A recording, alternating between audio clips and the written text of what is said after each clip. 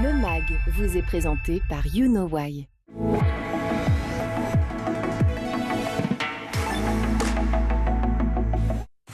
Bonjour à tous, très heureux de vous retrouver sur School TV Le Mag. 30 minutes sur la scolarité de vos enfants, à chaque fois une thématique forte, une initiative sur le plan local et ou national, toujours avec Alix Nguyen. Salut Alix. Salut Patrice. Le sommaire de cette nouvelle émission, plus de 150 millions d'euros. L'heure est plus que jamais à la collecte. L'UNICEF tire la sonnette d'alarme sur la malnutrition sévère. Plus de 2 millions d'enfants sont concernés dans le monde, on le verra dans un instant. Il y a des enfants et bien évidemment des mamans concernées. Comment se traite la malnutrition sévère? Guerre, situation climatique, choc économique rendent dans certains pays l'équation de plus en plus délicate et les temps pressent au vu de la pénurie de stock. Là aussi, vous le verrez. Et puis il y a une loupe, bien sûr, la loupe c'est avec Alix. Oui, et je vous parle de jeunes auxerrois mobilisés pour les plus démunis. On y va.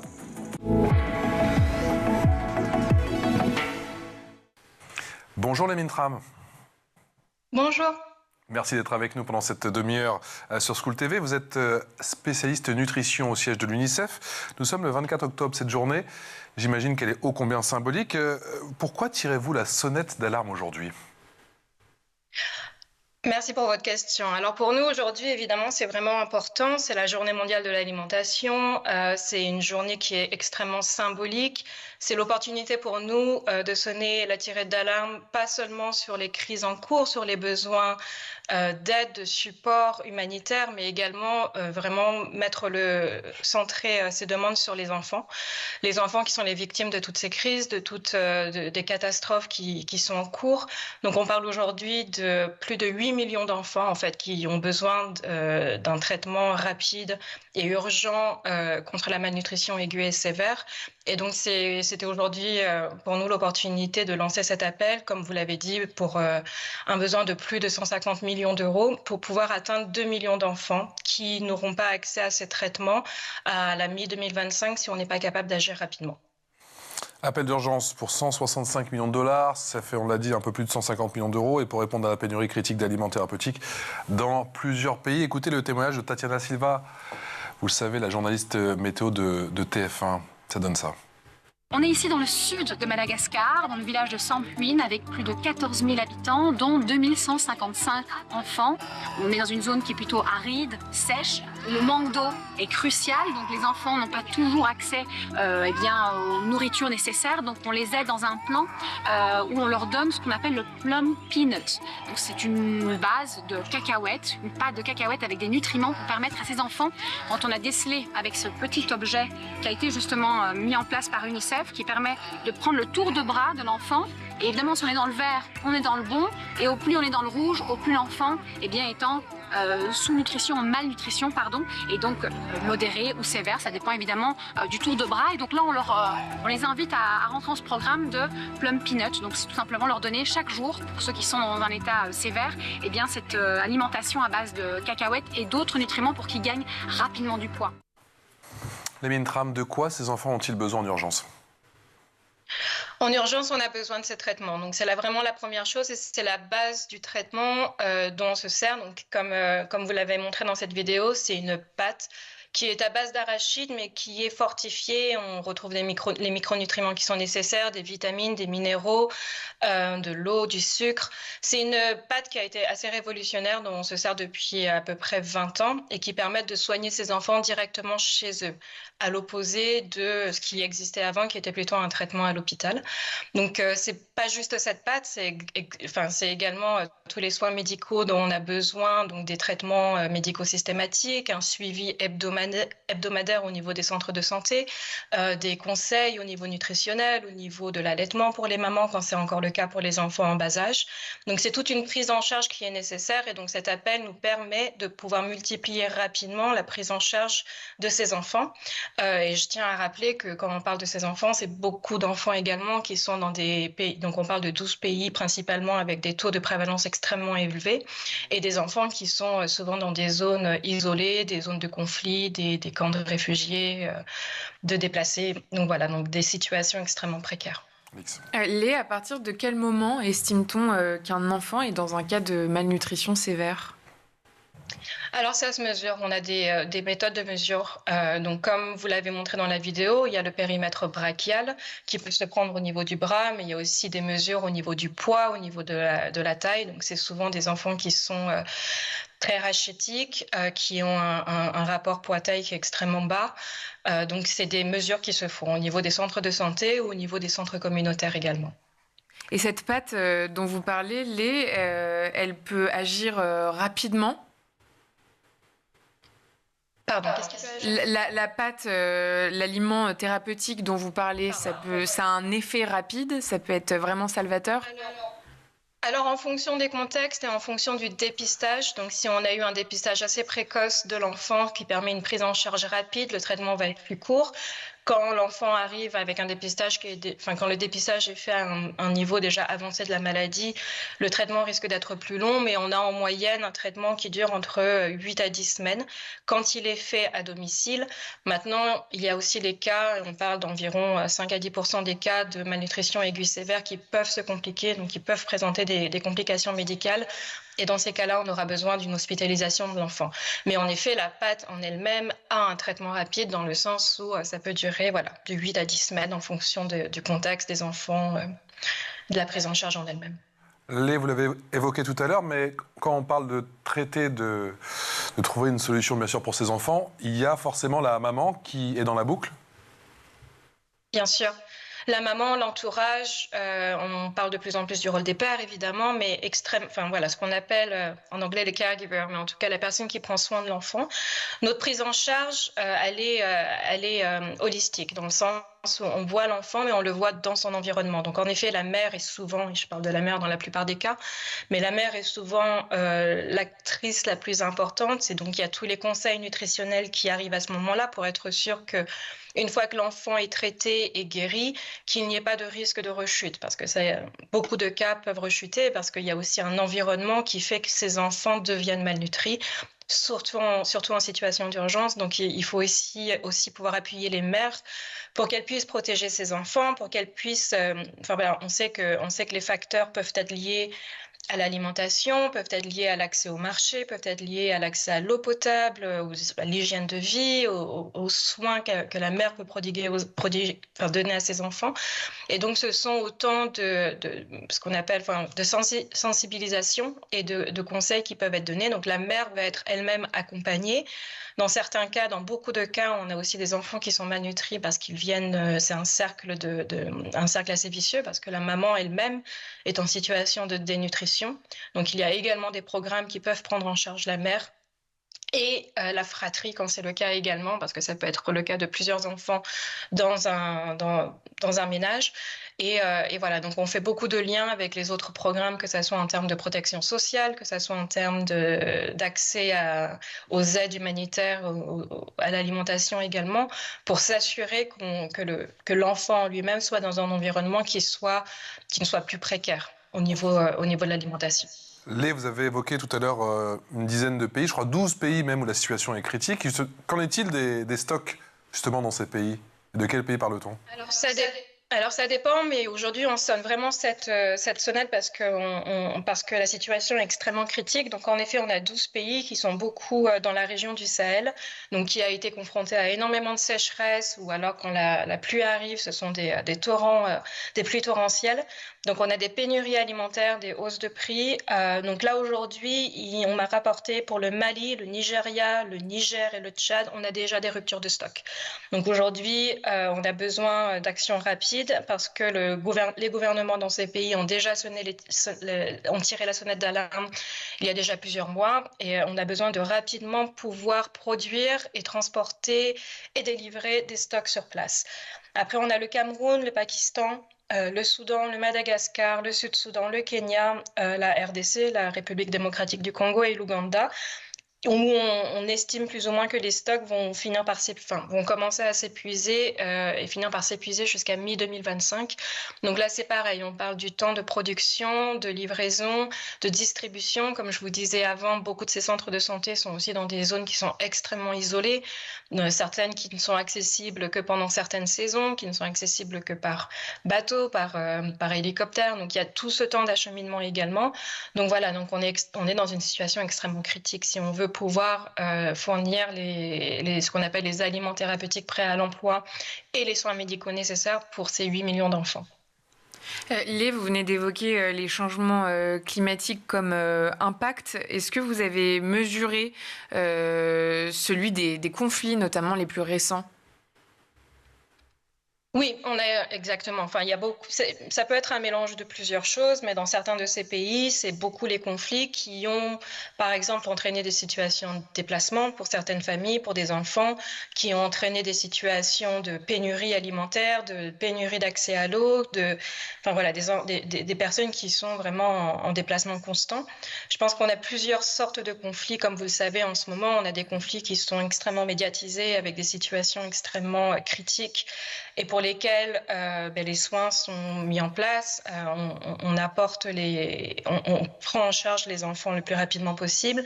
Et il y a d'autres crises qui durent depuis quelques années ou qui sont un peu plus récurrentes. Et voilà, et on cherche également ici à mettre la lumière sur ces pays qui sont toujours en crise, qui ont toujours des besoins, qui sont peut-être qui font peut-être un peu moins la une des journaux, mais on a toujours des situations extrêmes et critiques. Et donc voilà, c'est notamment le cas pour le Soudan, c'est le cas pour le Niger, pour le Tchad, voilà, pour plusieurs pays dont on n'entend pas forcément tous les jours, mais dont la situation est extrêmement critique. 8 millions d'enfants concernés, 2 millions d'enfants dont la situation est véritablement critique, vous nous l'avez précisé. Lé, on a beaucoup parlé de ces enfants et des mamans. Écoutez le témoignage de cette maman, justement. Elle se trouve au Niger et c'est après 2 mois de traitement.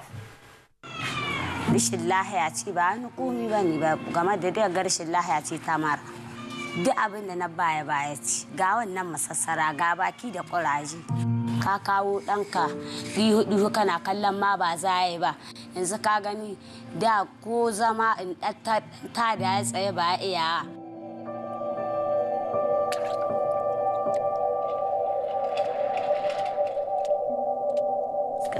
kina sane na madara tana buɗa ma yaro jiki tana buɗa mai ciki ya sha ya ƙoshi kuma da muka zo gida kuma ya ci gaba da cin abincin shi wani aka ba sai ya ci.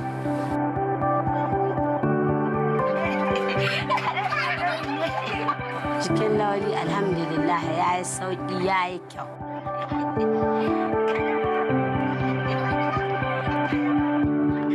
Mai tarbiyya ya zama malami ya zama shugaban ƙasa. Yana son lawali ya zama abin kirki ya zama lahiyayyen ɗa mai tarbiyya ya zama malami ya zama shugaban ƙasa. Lé Minthram, comment ça se passe sur le terrain? On voit le témoignage très fort de cette maman après 2 mois de traitement. On voit surtout son enfant retrouver du poids et de l'énergie et surtout ce sourire. Est-ce que c'est au final la plus belle des récompenses? J'imagine que c'est ô combien difficile mais aussi ô combien gratifiant.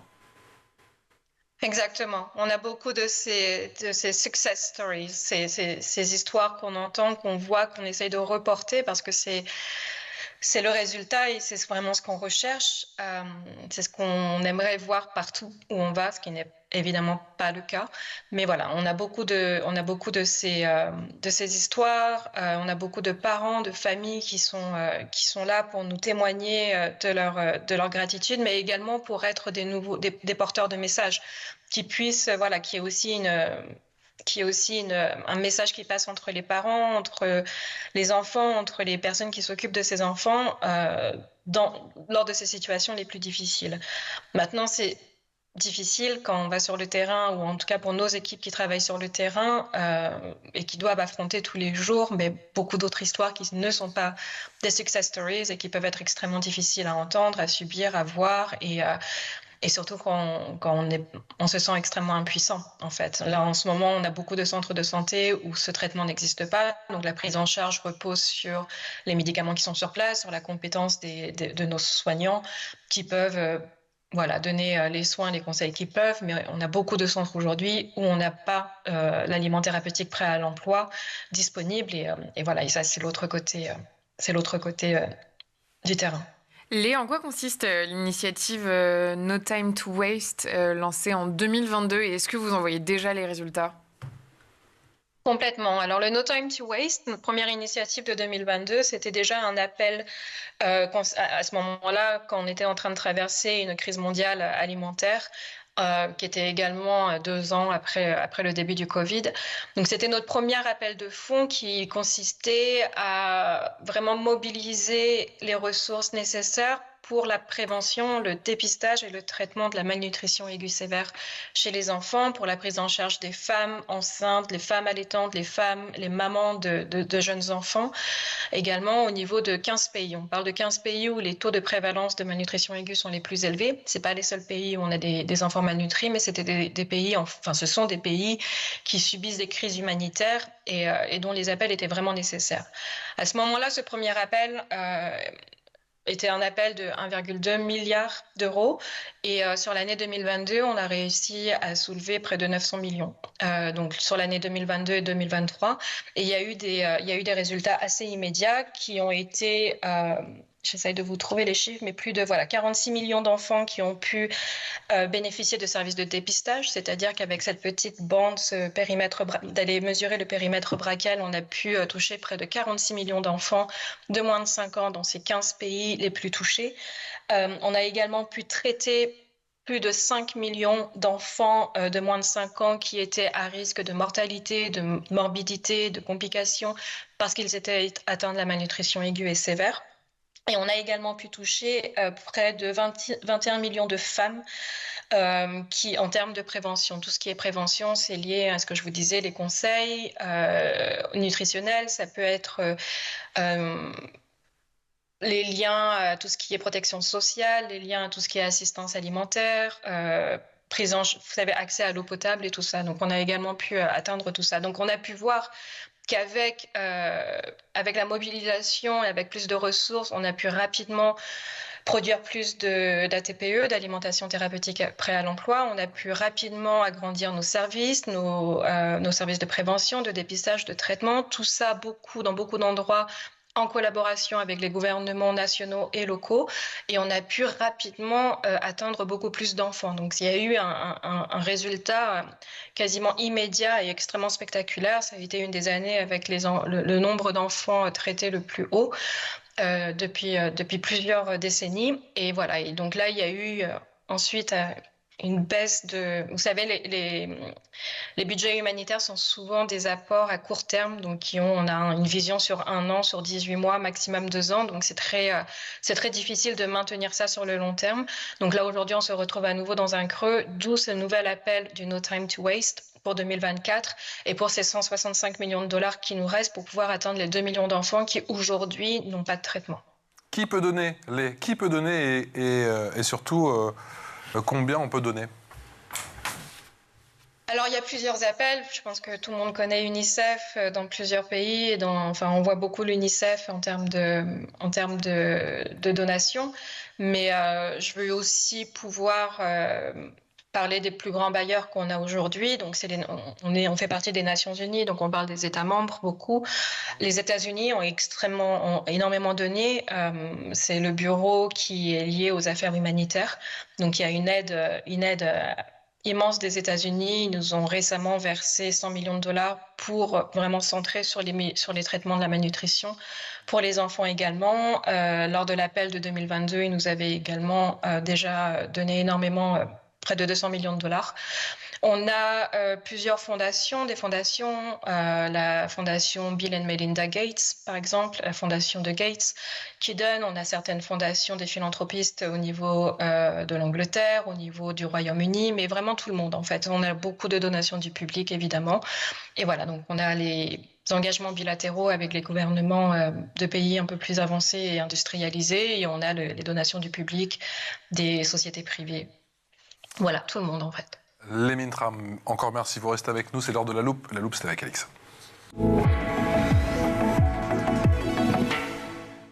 Alix, pas d'âge pour être solidaire. Non, à Auxerre, le conseil municipal des enfants composé d'élèves de CM1 et CM2 a décidé d'agir en s'engageant auprès de la banque alimentaire locale. Un exemple qui montre que la solidarité peut se transmettre dès l'école. L'objectif de ce projet est de les sensibiliser à la précarité alimentaire et apporter une aide concrète. Donc le 9 octobre dernier, les jeunes élus ont visité les locaux de la Banque alimentaire de Lyon et découvert l'envers du décor de cette organisation mission qui, chaque mois, distribue 35 tonnes de denrées aux personnes en difficulté. D'après Lyon Républicain, lors de leur visite, les enfants ont posé des questions très pertinentes, curieux d'en savoir plus sur la logistique, la conservation des aliments et les produits les plus demandés. Pour Marie-Catherine Blot, co-responsable de la Banque alimentaire iconaise, cet engagement des jeunes élus est une source d'espoir et de renouvellement pour la Banque alimentaire à la recherche de bénévoles, encore et toujours. Et l'engagement de ces jeunes ne s'arrête pas là. En novembre prochain, les enfants participeront à une collecte alimentaire dans les centres commerciaux pour les familles les plus fragiles. Ils ont même conçu une affiche de sensibilisation pour inciter les habitants d'Auxerre à donner. Les questions un peu plus personnelles, vous pensez que c'est nécessaire de sensibiliser à ces problématiques dès le plus jeune âge ? Complètement. Je pense que les enfants sont à même de comprendre assez rapidement. Je pense que ça peut être nécessaire d'adapter en fonction de l'âge de l'enfant, évidemment, et de la compréhension de l'enfant. Mais je pense que c'est des problématiques, alors évidemment, c'est mon travail, mais c'est des problématiques qui sont tellement importantes, tellement répandues, mais tellement oubliées, que je pense que c'est vraiment important de pouvoir aussi éduquer et sensibiliser les jeunes d'aujourd'hui, parce qu'en 2024, au final, avoir 8 millions d'enfants qui nécessitent des traitements pour la malnutrition aiguë et sévère, c'est pas vraiment normal, en fait. Donc, oui, je pense que c'est vraiment nécessaire. Aujourd'hui, vous arrivez au sein de l'UNICEF à trouver toujours autant de volontaires, autant de bénévoles ? Alors oui, oui et non, ça dépend en fait. On travaille beaucoup avec les gouvernements, donc on ne travaille pas forcément que avec des bénévoles et des volontaires. Je pense que c'est important de le souligner. On a différentes branches de l'UNICEF. Vous avez ce qu'on appelle les comités nationaux, donc par exemple en France, aux États-Unis, en Angleterre, voilà, qui eux vont travailler beaucoup plus avec des bénévoles, qui vont être beaucoup plus dans la levée de fonds. Et après nous, tout ce qui est programme qui est lié au siège de New York et donc les programmes sur le terrain, on travaille beaucoup plus avec les gouvernements et donc là afin de préserver la pérennité, l'engagement et vraiment être sûr d'avoir un impact sur du long terme, on travaille beaucoup plus avec des employés, avec des personnes qui sont sous contrat. Mais oui, je pense que je pense que l'UNICEF a encore beaucoup de travail et suscite beaucoup d'intérêt. Je pense que les enfants, et on le voit aujourd'hui avec beaucoup des crises qui sont en cours, mais les enfants sont souvent les premières victimes de toutes ces guerres, de tous ces changements climatiques. Et donc l'UNICEF, ça reste notre priorité avant tout. C'est vraiment l'enfance. On parle beaucoup, vous l'aurez compris effectivement, sur School TV et plus précisément dans le MAG d'école, d'éducation, d'études, d'orientation. Pour ceux qui sont inspirés par votre parcours et qui souhaitent comme vous, par exemple, travailler à l'UNICEF et pourquoi pas au siège de l'UNICEF et être peut-être comme vous à New York, quel serait votre conseil ? À quoi faut-il s'intéresser ? Quel chemin d'études, si je puis dire, faut-il emprunter pour tenter d'embrasser votre parcours et aider les plus jeunes de notre planète ? Merci pour votre question, c'est vraiment intéressant, ouais. Je pense qu'il y a vraiment plusieurs parcours, il n'y a pas un parcours en particulier, il y a vraiment plusieurs façons de le faire.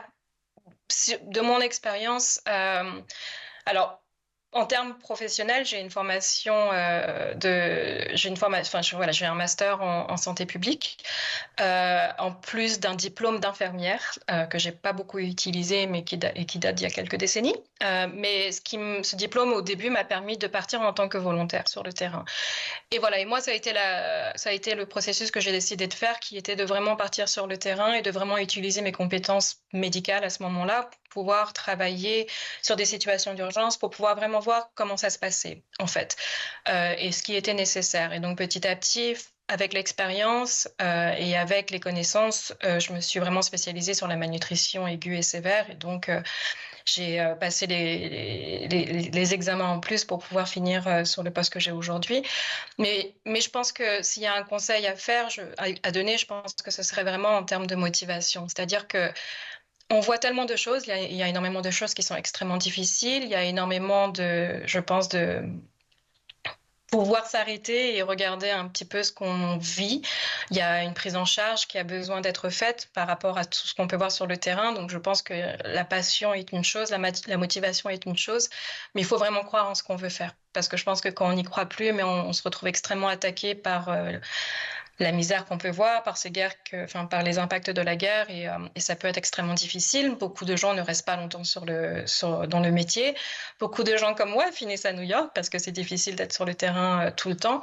Mais je pense que même une fois qu'on est à New York ou dans une autre ville ou un petit peu plus éloigné du terrain, il est important de vraiment y retourner, de vraiment continuer de se souvenir de pourquoi est-ce qu'on fait ce travail. Donc voilà, donc il y a plusieurs processus pour y arriver. Moi, je suis partie sur une voie très médicale et très santé publique qui me plaît. Mais voilà, il y a des gens qui travaillent dans le secteur au niveau de la communication. Ça peut être du journalisme, ça peut être de la gestion, du management, ça peut être de la diplomatie en travaillant avec les gouvernements. Donc voilà, il y a plusieurs phases. Mais vraiment, mon conseil, ce serait vraiment d'être passionné dans ce qu'on fait. Très intéressant parce que vous êtes parti effectivement du terrain et vous gardez toujours un pied sur le terrain, j'ai bien compris. Mais à quel moment vous avez dit que vous souhaitiez justement avoir un impact global ? Quand je pense que au niveau global, on a plus des influences sur les politiques et sur les programmes en eux-mêmes. Et donc, je pense qu'à un moment donné, j'ai eu plusieurs expériences dans plusieurs régions, dans beaucoup de pays. J'ai aidé en tout cas dans plusieurs urgences humanitaires. Et donc, j'ai pu voir plusieurs contextes. Et je pense qu'à un moment donné, de aussi voir ce qui fonctionnait et les dysfonctionnements, et de me rendre compte qu'il y avait des choses qui avaient besoin d'être changées, ça m'a vraiment donné envie d'avoir plus un impact sur plusieurs pays. Donc, j'ai commencé en partant sur des bureaux régionaux qui englobent quelques pays, une dizaine de pays. Et donc, on peut voir, par exemple, l'Asie du Sud ou l'Afrique de l'Est. On peut voir un peu quels sont les différents contextes sur une région. Et c'est suite à différents postes au niveau régional que je suis partie sur un impact plus global, où aujourd'hui, on travaille sur des partenariats avec l'OMS, avec l'Organisation mondiale de la santé, pour avoir un impact sur les politiques publiques qui sont liées à la malnutrition. On travaille beaucoup avec les collègues qui sont liés à la levée de fonds et au financement, pour savoir, avec la Banque mondiale, pour aussi avoir cet impact sur qu'est-ce qu'on peut faire, comment on peut faire mieux, et je pense que c'est important de connaître ce qu'il y a sur le terrain pour pouvoir alors pas diriger, mais en tout cas influencer et donner les directions stratégiques de ce qu'on pense est prioritaire, parce qu'on ne peut pas tout faire, parce que l'argent est quelque chose d'important dans ce domaine et qu'il faut qu'on puisse le pérenniser et avoir un impact à plus long terme, et que je pense que je me trouve plus légitime à le faire aujourd'hui que j'aurais pu le faire il y a 15 ans. Et la diplomatie, ça s'apprend aussi sur le terrain, la diplomatie ? Ça s'apprend sur le terrain, ça s'apprend partout, ça s'apprend maintenant. Ça s'apprend toujours. Merci mille fois pour vos conseils. Merci encore une fois d'avoir tiré la sonnette d'alarme. On essaie de relayer au maximum, nous ici, sur School TV et qui plus est au MAG, encore une fois sur cette situation qui est dramatique. Et on a bien compris qu'effectivement, la mobilisation ces dernières années a bien fonctionné avec ce plan, notamment depuis 2022, No Time to Waste, le 2022, le 2024, donc pour cette nouvelle levée de fonds, mais que les besoins sont malheureusement, malgré votre action, grandissants. Un grand merci à nous avoir éclairé pendant cette demi-heure. Lémine Tram, spécialiste en nutrition au siège de l'UNICEF depuis New York City. On vous embrasse bien fort et on ne manquera pas oui, pardon pour ce petit mot à la fin, de vous refaire un petit point d'état, bien évidemment, sur ces sujets ô combien importants. Encore merci. On se retrouve demain, ma chère Alix, pour un nouveau numéro du MAG sur School TV. Vous passez une excellente journée en notre compagnie. Ciao.